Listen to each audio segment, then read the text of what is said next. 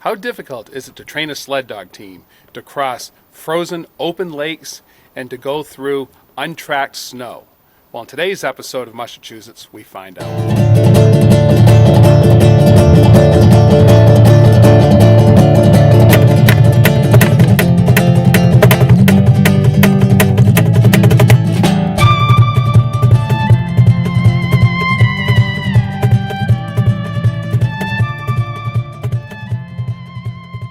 Hello, welcome to another episode of Mushachusetts. I'm your host, Bob Tremblay.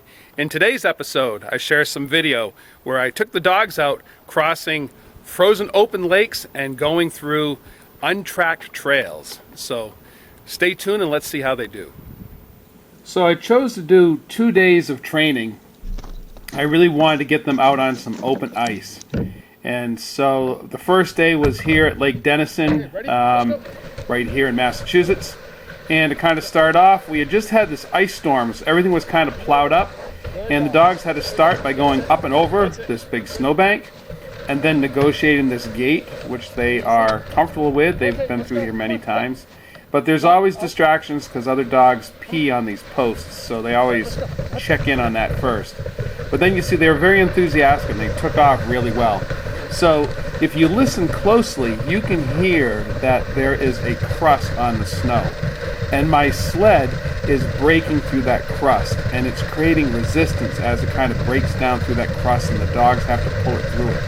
And what I love here is how they figured out how to work in synchronization to kind of run, really kind of matching each other's steps to kind of be the most efficient to pull me through this unpacked, crusty snow.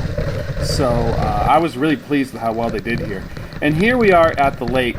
The intention here was to go out onto the lake, and as we pulled down here, I could see that there was just kind of this frozen wet stuff on top of the ice, so this is not something we wanted to go across. So the dogs were a little confused at first as I kind of backed them off, but they listened to my commands and we got back on trail. Right here, the state plows this particular section of the trail near the boat ramp. And so we had to stay to the side onto the glaze where the sled could run. The dogs did a great job kind of running on the side there. And then we headed back. This was about a 4.5, 5 mile run. And the dogs were enthusiastic and strong all the way through. And we returned, and I was pretty pleased with how that first day was. I like how they passed through here without sniffing all the odors on the post again. So our second day, we packed up and we went a little further away to Greenfield State Park in Greenfield, New Hampshire. And we began out there in the campground. And so right here, this is actually on the driveway in the campground. And you'll see it has the same kind of glaze to the side where it's been plowed. So I'm actually standing on one runner as the sled goes down here. And then the dogs are wondering where to go, and the trail is not very obvious, but they listen to my command unfailingly, and we go up and over the snowbank, and we get onto the trail. And I love how the dogs recognize these conditions right away from the day before. They're familiar with this kind of crusty snow. They feel me pulling they feel the sled crushing through there, and they pull me through, and boom! we hit the gate. But once I get the sled straightened around, they are enthusiastic. They know they can do this, and we are off. And so what's nice about this, what I tried to do, is I knew that the trail was not groomed. It hadn't been packed by snowmobiles. It's just kind of like a crusty track. You can see what other people have post-holed through. But the dogs are still doing really good at running through. And so they have the challenge of this crusty snow and the drag that it gives the sled. But it's a simple trail, it's straight, it's very obvious to them, and so mentally this is a very simple task. And so physically they know they're at it, mentally the trail is obvious to them, and so you see they feel that they can just open up and let out and just go at full sprint. So we're on our way down to Otter Lake, which is the central attraction at Greenfield State Park. You can see the lake there in the distance. And the dogs are hauling down, following the easy trail.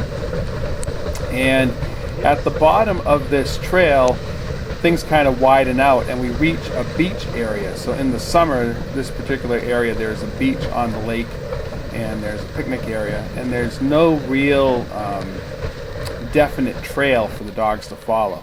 So you can see how they're slowing down here, mostly because they're thinking. And so physically they can pull the sled through here easily, but now they have to kind of decide where to go. And so they're listening to me. You see how Bandit kind of looks over his shoulder and listens to my commands. They're trying to make sense as to what they can see in front of them. They are somewhat following some tracks. And at this point you can see they can tell that I'm guiding them to this open area where we're going to get out onto the ice. And so here they are, they're starting to gain some speed because they can tell where I'm trying to tell them to go. And we're coming down onto the open ice. And so we're going to be crossing this lake twice on today's run.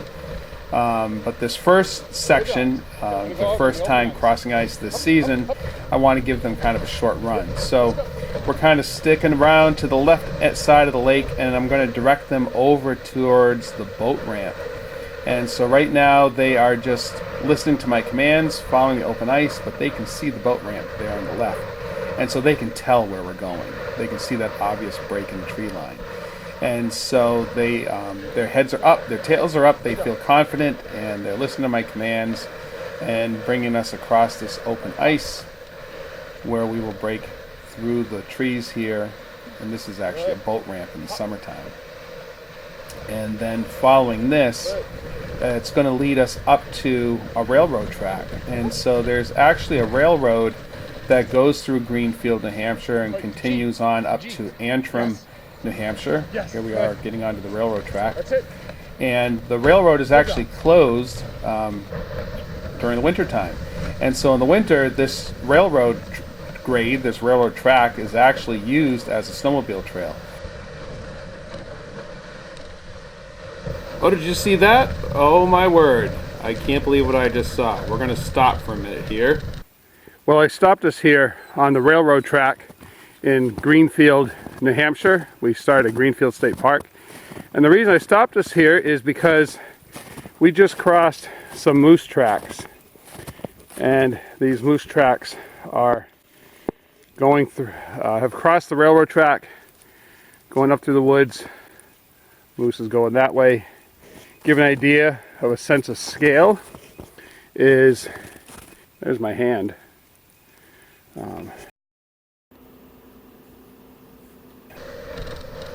So I was glad to see the moose tracks, but also equally glad to not actually see a moose. But our trail, continuing on down, the railroad passes by a farm. And as we passed by the farm here, we saw the local farmer out carrying some manure in his front end loader. And then shortly after the farm, we had to cross a road. And so I was really pleased with this road crossing. You'll see that the dogs go up and over. They listen, they're looking ahead. They don't even look down the road, and they cross unerringly. And so I was very happy with that. That was a good move. Now this next section right here, I was super surprised, is as we're running along here, there's open water on either side of the railroad, and the dogs didn't pay it any mind at all, which is unusual for them. Right here, we're running along, and they put me up on one runner as we cross these beans, but then shortly after those beans, if you keep an eye ahead down the trail, all of a sudden there is a squirrel crossing the road, and boy did that excite the dogs. And what I was really happy here is that the squirrel motivated them to break into this sprint, but they didn't go off trail, which is exactly, you want sled dogs to stay on the trail. You don't want them chasing game. And so even though they got excited by the game, you can see they didn't give any thought to pursuing it through the woods. I was very pleased by this. And I'm not surprised. I've seen sled dogs do this before, but it's always encouraging.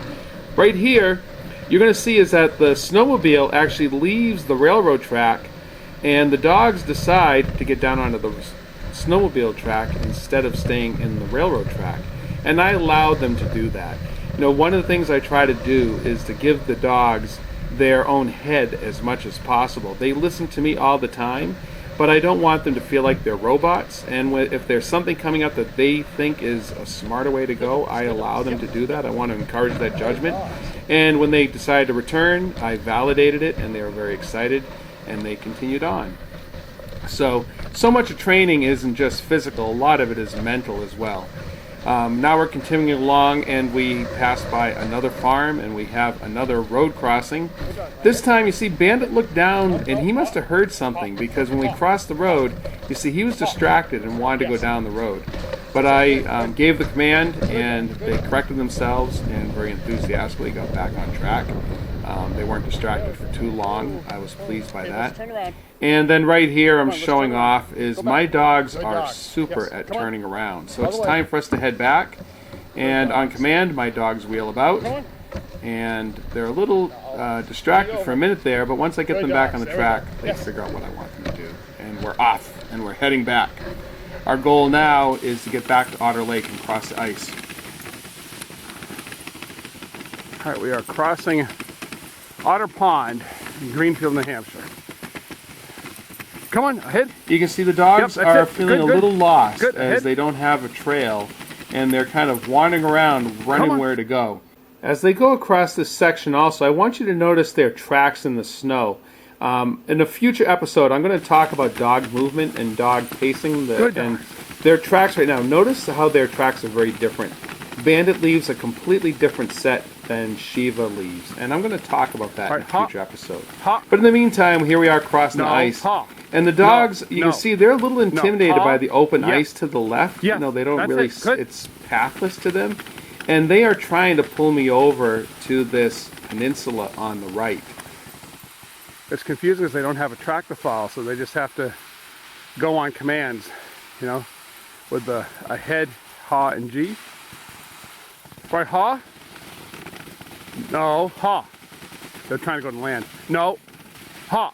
No. That's it, come on. Good, good, good. Good dogs, good dogs. Ahead.